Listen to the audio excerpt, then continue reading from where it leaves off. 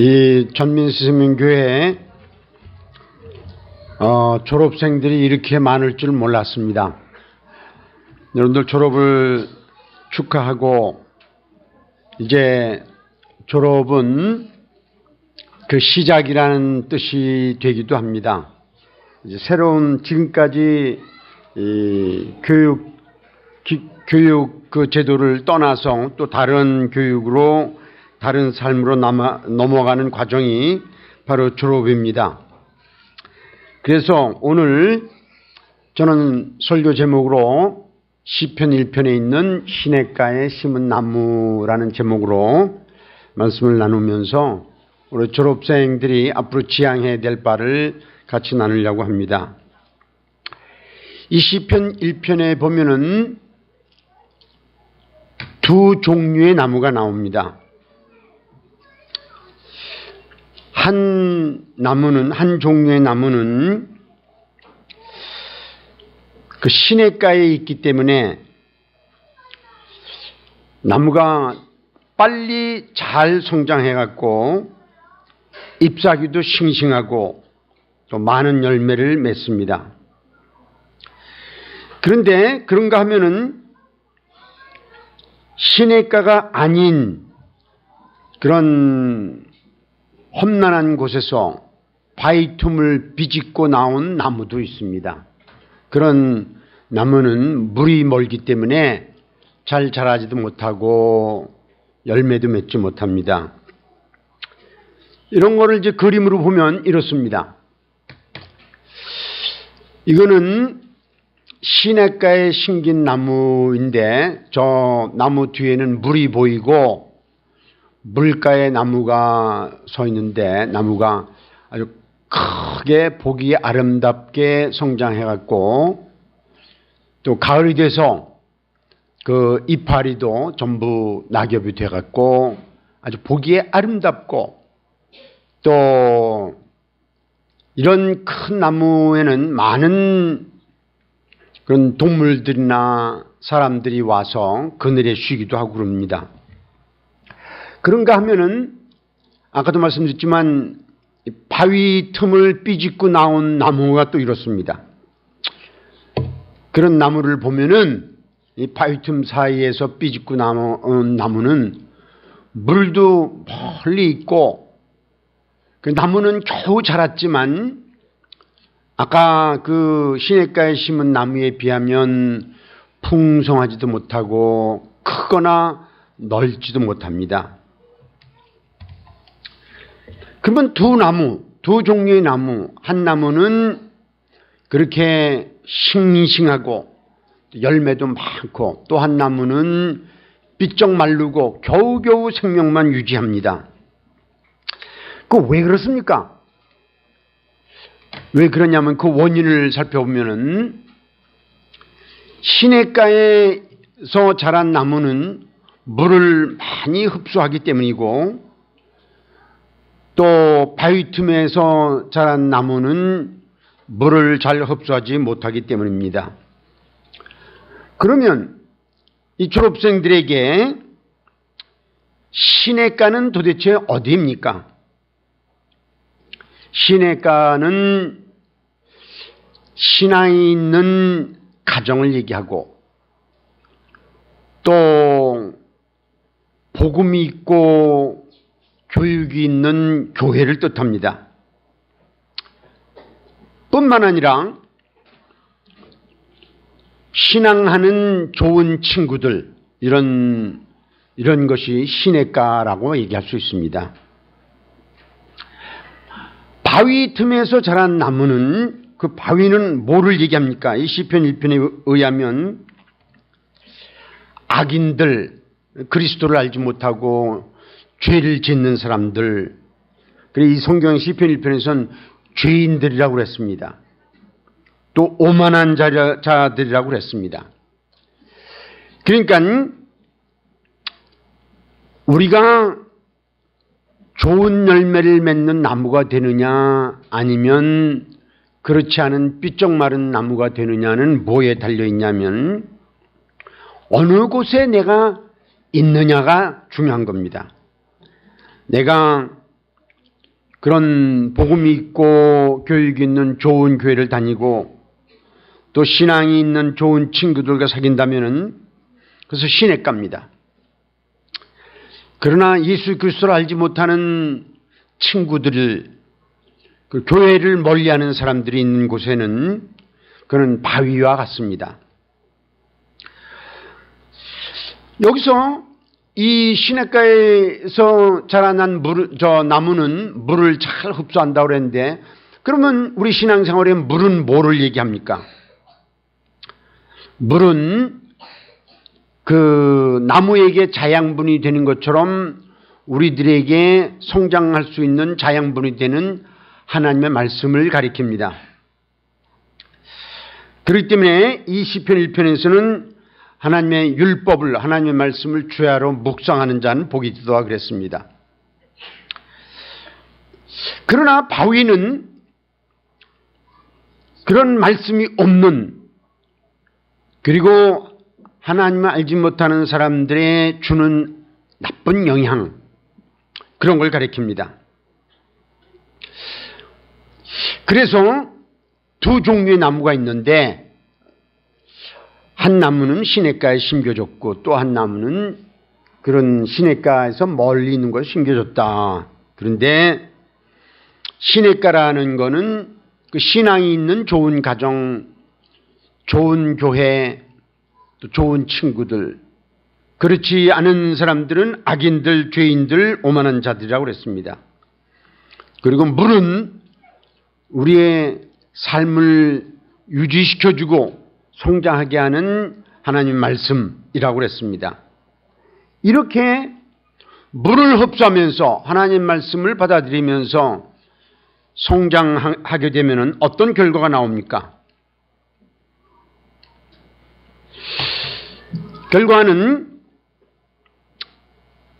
그 물을 흡수한 나무는 싱싱한 잎사귀, 풍성한 열매를 맺고, 또 이런 그 나무를 물가에서 멀리 있는 나무들은 바람에 나는 겨와 같다고 그랬습니다. 여기서 잎사귀도 싱싱하고 풍성한 열매를 맺는다는 것은 하루하루가 즐겁고 행복하며 마침내 좋은 열매를 맺는다는 것을 뜻합니다.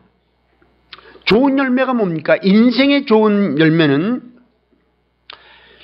건강도 유지하고 또 공부도 잘하고 나중에 직장도 잘 갖고, 그리고 결국은 하나님에 의해서 인정받고 사람에 의해서 인정받는 그런 값진 인생이 된다는 뜻이고, 바람에 나는 겨와 같은 인생은 하나님 말씀이 없고 그런 사귐이 없는 사람들은 뭐냐면 바람에 나는 겨와 같단 말이죠. 바람이 이리 불면은 이리 날아가고 저리 불면은 저리 날아가는 방향 없는 인생을 살아가다가 마침내 이 생을 떠나고 말 것입니다. 그렇기 때문에 우리가 졸업이 끝이 아니고 졸업하면서 새로운 시작을 어디서 하느냐에 따라서 우리가 좋은 나무도 될 수 있고 또 나쁜 나무도 될 수 있습니다. 이제 제가 그림을 하나 보여드릴 터인데, 이 그림을 보면은, 이 그림은 무슨 뜻이냐면 황소 얼굴입니다. 황소 얼굴인데 보면 양쪽에 뿔이 있고 그리고 황소 얼굴이 나타나 있는 그림인데, 이 그림은 실제 이야기입니다. 이제 세계 제2차 대전 때 유럽에서는 독일이 유럽 각처를 점령을 했습니다. 그래서 이제 그 이웃나라 프랑스도 독일에 의해서 점령돼 갖고 프랑스 사람들이 아주 고통 중에 지낼 때였었습니다. 그 당시 프랑스에 1940년대 프랑스에 어떤 사람이 있었냐면 피카소라는 사람이 있었습니다. 피카소는 유명한 화가입니다. 피카소가 쓸쓸한 마음으로, 왜냐하면 자기 나라가 독일인한테 점령당했기 때문에, 그리고 먹을 것도 없고 그럴 때이기 때문에 쓸쓸한 마음으로 길을 터벅터벅 걸어가고 있는데, 쓰레기통에 보니까 버려진 자전거가 있어요. 자전거가 너무 낡아가고 사람들이 탈 수가 없어. 그리고 또 나라는 가난하고 그러니까 고칠 수도 없고 그래서 쓰레기통에 버렸어요. 피카소가 그 버려진 자전거를 들고 가서 이거를 분해를 시켰어요. 안장을 빼고, 그리고 자전거의 손잡이를 빼갖고 그거를 용접을 해서 붙였어요. 그래서 황소머리가 된 겁니다. 그런데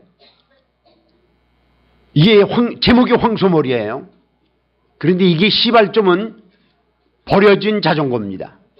안장과 손잡이를 거꾸로 붙여갖고 이렇게 만든 건데, 이 황소머리가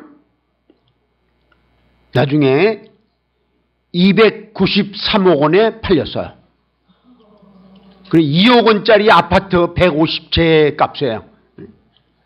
그러니까 이 버려진 자전거가 누구 손에 있느냐에 따라서 버려진 쓰레기가 될 수 있고, 아니면 293억 원짜리 황소머리도 될 수 있는 거예요.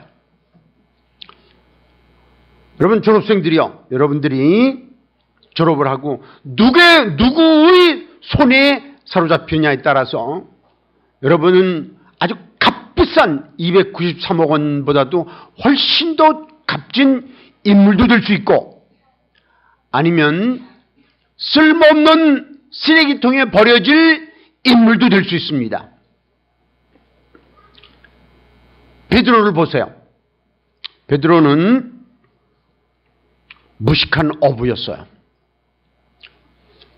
그런데 그가 누가 손에 잡혔냐면 예수 그리스도의 손에 잡혔어요. 그리고 예수 그리스도도 훈련을 받고 이 기독교 역사에서 가장 중요한 인물이 됐어요. 베드로는 예수 그리스도의 수제자입니다. 사도 중에 가장 으뜸이 되는 사도입니다. 베드로는 예수 그리스도의 손에 잡히지 않았더라면 그냥 어부로 살다가 매일매일 고기 잡고 팔고 먹고 살다가 죽었고 아무도 그 사람을 아는 사람이 없었을 겁니다. 그러나 예수 그리스도의 손에 잡혔을 때 베드로는 그렇게 인류 역사에 많은 영향을 미친 인물이 됐습니다.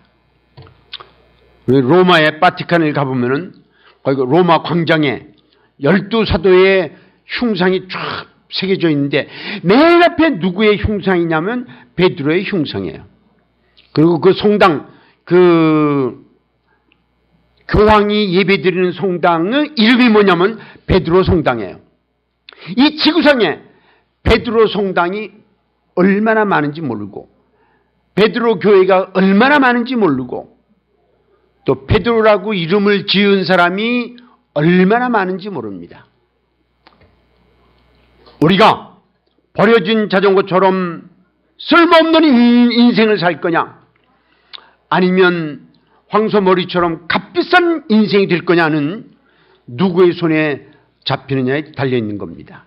여러분 오늘 졸업하더라도 이후로 예수님의 손에 잡히고 그 다음에 예수님을 사랑하는 선생님도 손에 사로잡혀서 존귀한 인물, 값비싼 인물, 하나님이 인정하시고 사람들이 인정하는 그런 사람들이 되기를 바랍니다.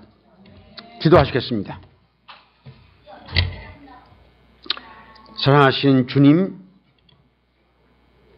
오늘 하나님의 형상으로 지음을 받은 존귀한